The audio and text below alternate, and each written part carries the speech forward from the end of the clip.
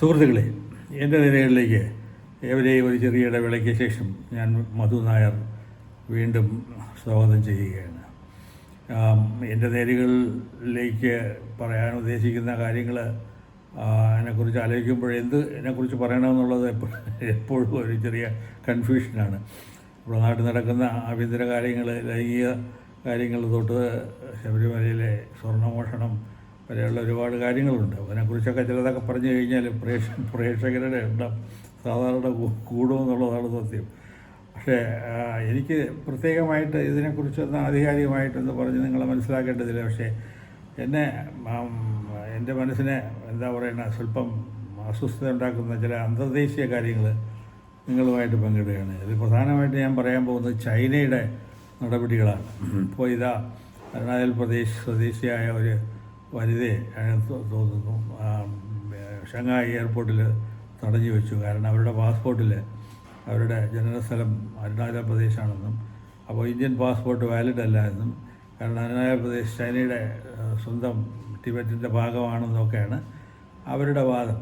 അപ്പോൾ ഈ അതിർത്തി തർക്കത്തെക്കുറിച്ചിട്ട് ചൈനയുടെ ഭാഗത്തു നിന്ന് ഒരു ഇഞ്ച് പോലും ഇത്രയും കാലമായിട്ടും അവർ എന്താ പറയുക തിരുത്തിയിട്ടില്ല.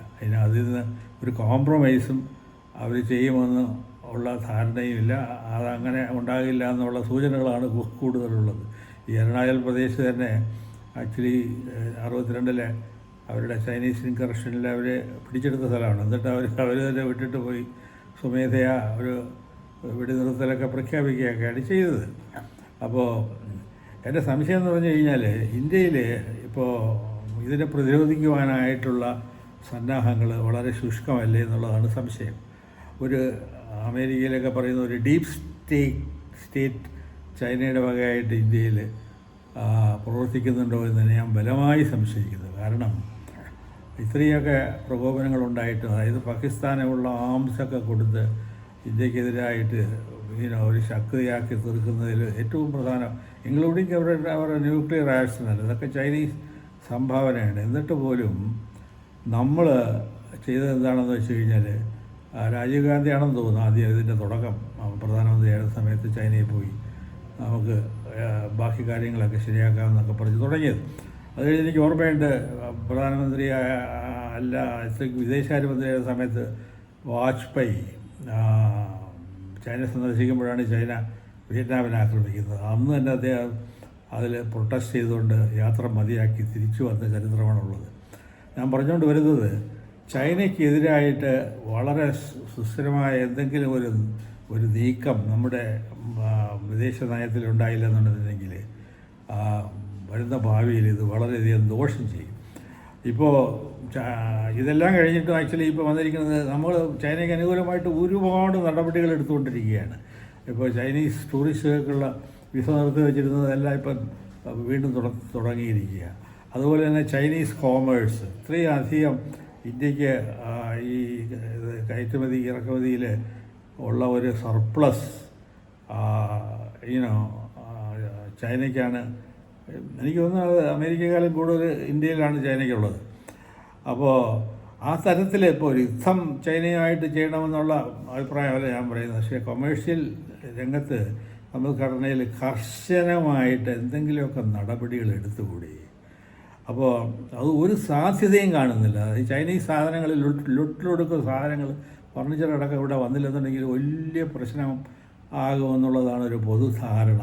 നമ്മുടെ മാനുഫാക്ചറിങ് ഇൻഡസ്ട്രി ഒരു തരത്തിൽ രക്ഷപ്പെടാത്തതിൻ്റെ ഒറ്റ കാരണം ഈ ചൈനീസ് സാധനങ്ങളുടെ വരവാണ്. പിന്നെ എന്തുകൊണ്ട് ഇത്രയൊക്കെ പ്രകോപനം ഉണ്ടായിട്ടും പരോക്ഷമായിട്ട് ആലോചിച്ച് നോക്കുക, ഒരു ഇന്ത്യൻ പൗരനെ ചൈനയിൽ തടഞ്ഞു നിർത്തുക, നേഫ എന്ന് പണ്ട് വിളിച്ചുകൊണ്ട് അരുണാചൽ പ്രദേശ് ഇപ്പോൾ അവരുടെ ഭാഗം അവിടെ നിന്ന് വീണ്ടും ആവർത്തിക്കുക, നമ്മളതിനോടൊപ്പം ഒരു പ്രൊട്ടസ്റ്റ് മാത്രം കൊടുക്കുക. ഇതൊക്കെ കാണുമ്പോൾ നമ്മുടെ വിദേശകാര്യ നയതന്ത്ര നടപടികളിൽ അപാകതകളില്ലേ എന്ന് എനിക്ക് ബലമായ സംശയമുണ്ട്. അതുപോലെ തന്നെ ഇപ്പോൾ പാകിസ്ഥാൻ്റെ കാര്യം തന്നെ ആലോചിച്ചു. പാകിസ്ഥാനും സൗദി അറേബ്യയായിട്ട് സൈനിക സഖ്യം തന്നെ ഉണ്ടാക്കിയിരിക്കുകയാണ്. അതിൻ്റെ പിന്നിൽ അമേരിക്കയൊക്കെ കാണും. അതായത് ഇനിയിപ്പോൾ പാകിസ്ഥാനുമായിട്ടൊരു യുദ്ധത്തിൻ്റെ സാധ്യതകൾ വളരെ വിരളമാണ്. അത് അത്ര എളുപ്പത്തിൽ നമ്മൾ ജയിച്ചു വരാനും പോകുന്നു ഇല്ല എന്നുള്ള ധാരണയിലാണ് സൗദി അറേബ്യ അമേരിക്കയുടെ കംപ്ലീറ്റ് ആംസൊക്കെ ആയിട്ട് ആവശ്യം വന്നു കഴിഞ്ഞാൽ അവിടെ ഇറങ്ങാനൊക്കുന്ന വിധത്തിൽ സംവിധാനം ഉണ്ടാക്കിയിരിക്കുന്നത്. അപ്പോൾ ഞാൻ പറഞ്ഞു വരുന്നത്, ഇപ്പോൾ ഇങ്ങനെയൊക്കെയുള്ള സംഘർഷപൂരിതമായ അന്തരീക്ഷം ലഘൂകരിക്കണമെന്നുണ്ടെങ്കിൽ അവരുമായിട്ടുള്ള ഈ എറ്റേണൽ ശത്രുതയ്ക്ക് ഒരു